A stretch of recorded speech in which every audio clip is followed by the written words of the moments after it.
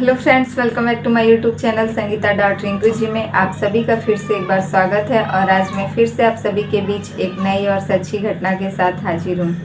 तो फ्रेंड्स, आज की कहानी शुरू करें उससे पहले अगर आप हमारे चैनल पे नए हैं तो प्लीज़ हमारे चैनल को सब्सक्राइब कर दीजिए और वीडियो पसंद आए तो लाइक कमेंट जरूर कीजिएगा। तो फ्रेंड्स, आज की कहानी शुरू होती है 18 अगस्त साल 2024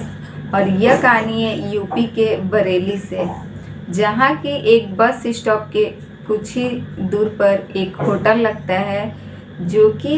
एक होटल लॉज से पुलिस को सुबह सुबह एक कॉल जाता है और वह कॉल पुलिस वालों को उस होटल के मैनेजर द्वारा किया जाता है। तभी वह लोग पुलिस वालों को सूचना देते हैं और मौके पर अपने होटल उस लॉज में पुलिस को बुलाते हैं। ये पुलिस मौके पर उस होटल लॉज में पहुंचती है। पुलिस को एक उसी होटल के एक कमरे में ले जाया जाता है। पुलिस पहुंचती है और देखती है कि उसी होटल के कमरे में फर्श पर एक लड़की जो कि मृत अवस्था में पड़ी हुई है। जैसे पुलिस उस लड़की को देखती है, पता चलता है कि इस लड़की की सांसें जो है थम चुकी हैं और उस लड़की को देखकर ऐसा लग रहा था कि इस लड़की की इस होटल में जो है हत्या कर दी गई है। तभी मौके पर पुलिस जो है उस लड़की को पोस्टमार्टम के लिए भेज देती है और जब उस होटल के मैनेजर से बातचीत करती है, तब उस होटल के मैनेजर जो वहाँ के थे वह पुलिस वालों को बताते हैं कि यह लड़की एक लड़के के साथ हमारे यहाँ कल शाम को ही आई थी और इन दोनों ने मिलकर 24 घंटे के लिए हमारे होटल का एक कमरा बुक किया था। लेकिन कल शाम को यह लोग आए थे और आज सुबह सुबह वह लड़का जो है इस लड़की को छोड़कर चला गया।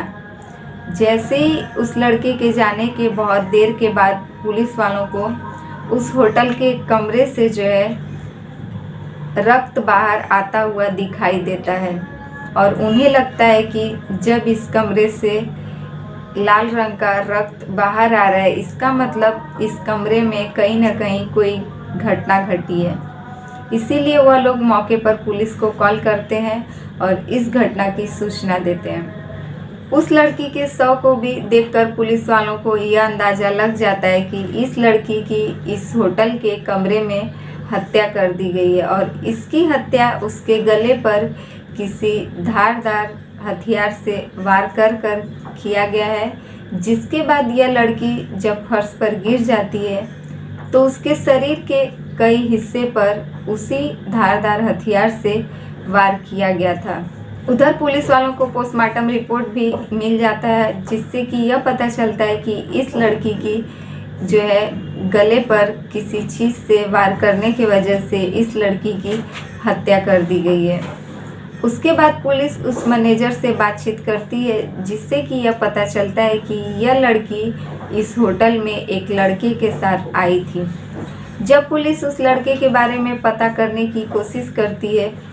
सबसे पहले होटल से दोनों का आईडी पुलिस मांगती है।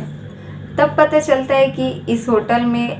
ये लड़के और लड़की दोनों की आईडी जो है फेक रहती है।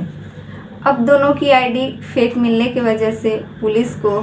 ना ही इस लड़के के बारे में पता चल रहा था और ना ही इस लड़की के बारे में। तभी पुलिस को एक सूचना मिलती है कि इसी होटल से कुछ दूर पर जो वहाँ का रेलवे स्टेशन है, उसी रेलवे स्टेशन के प्लेटफॉर्म से एक लड़के ने जो है आत्महत्या करने की कोशिश की है।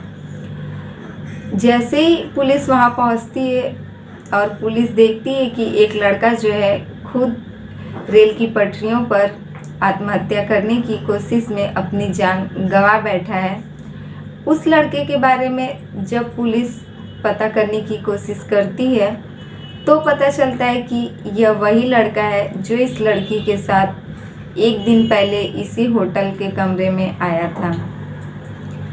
उस लड़के के घर वालों तक पहुंचने के बाद पुलिस जो है लड़की के घर वालों तक भी पहुंच जाती है, जहां की पता चलता है कि यह लड़का जिसका नाम आलम खान रहता है और यह लड़की जिसका नाम फरजाना रहता है। लड़की के घर वालों को जब उसकी तस्वीर दिखाई जाती है तब उसके घर वाले अपनी लड़की को पहचान जाते हैं और वह लोग बताते हैं कि उनकी लड़की 18 अगस्त को घर से निकली थी, यह कहकर कि वह अपनी एक फ्रेंड के घर जा रही है और वह एक दिन बाद वापस आ जाएगी। लड़की के घर वाले बताते हैं कि उनकी लड़की जब घर वापस नहीं आई तो उन लोगों ने एक लड़का, जो कि यह आलम खान था, इसी के खिलाफ वह लोग थाने में शिकायत दर्ज करवाए थे कि उनकी लड़की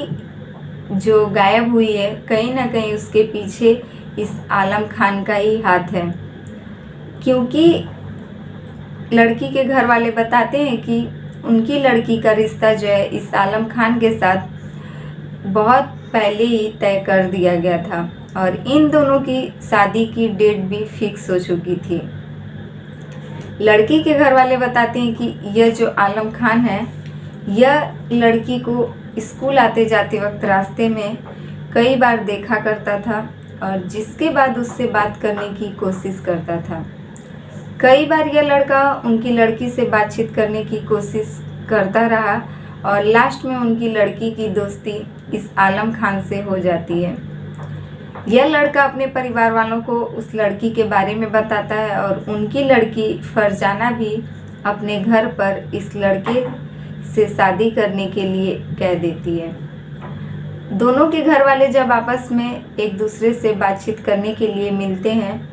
दोनों एक दूसरे की बात को समझकर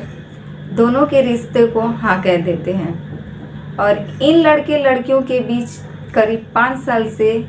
दोस्ती का रिश्ता चल रहा था, लेकिन यह बात इनके घर वालों को नहीं पता था।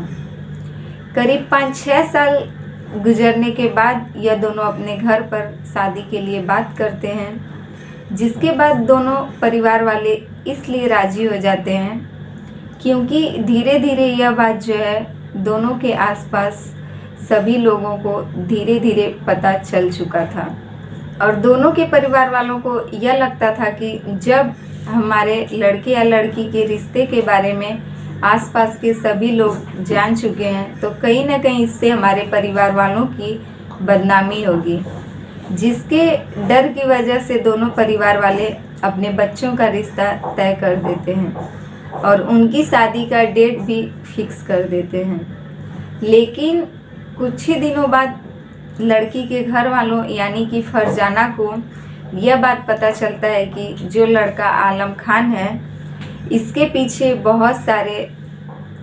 पुलिस केस भी हुए हैं और इसके खिलाफ थाने में बहुत सारी शिकायत दर्ज कराई गई हैं। जिसके बाद उन लोगों को यह भी खबर लगती है कि कुछ ही दिनों में यह लड़का जो है पुलिस की गिरफ्त में आने वाला है, क्योंकि वह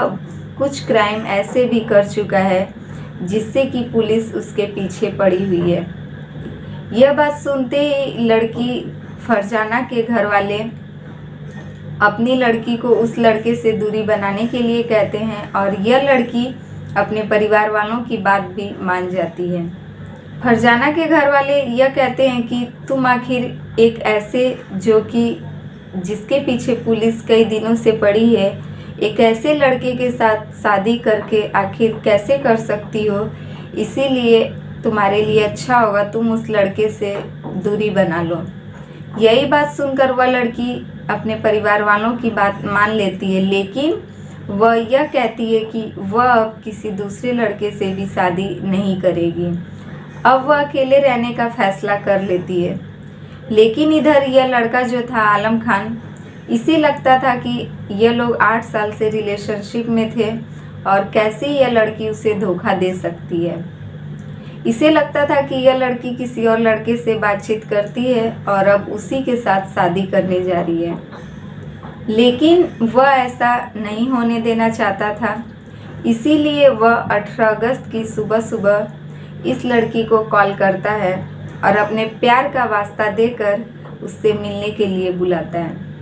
लड़की को भी लगता है कि खैर हम लोग आखिरी बार मिल रहे हैं, जिसके बाद हमारी शादी कहीं और ही होने वाली है। इसीलिए वह लड़की अपने बॉयफ्रेंड से मिलने के लिए जाती है और जैसे ही उस होटल में जाती है, यह दोनों एक रात उसी होटल में गुजारते हैं। फिर सुबह जब यह लड़की उस होटल से निकलने वाली रहती है वह लड़का उससे कहता है कि एक आखिरी बार बता दो, तुम मुझसे शादी करना चाहती हो या नहीं। जैसे ही लड़की ना कहती है, उस लड़के को काफ़ी ज़्यादा गुस्सा आ जाता है और वह पहले से ही प्लान के मुताबिक अपने घर से एक ऐसी चीज़ लेकर गया रहता है जिससे कि वह उस लड़की की उस होटल में आसानी से हत्या कर दे। उसी के बाद वह लड़का गुस्से में आकर अपनी जो वह लड़की उससे मिलने गई थी, यानी कि अपनी पहली प्रेमिका को, उसके गले पर वार कर देता है, जिसके बाद वह लड़की वहीं फर्श पर गिर जाती है और वह लड़का जो है उस होटल के कमरे से बाहर निकलकर सीधे रेलवे स्टेशन पहुंचता है और वहां रेलवे ट्रैक पर जाकर वह लड़का जो है खुद आत्महत्या कर लेता है। इस पूरी घटना के बारे में पुलिस वालों को उस लड़की की यानी कि फरजाना के माता पिता द्वारा इस पूरी घटना की जानकारी मिलती है और इसके बाद यह बात साफ हो जाता है कि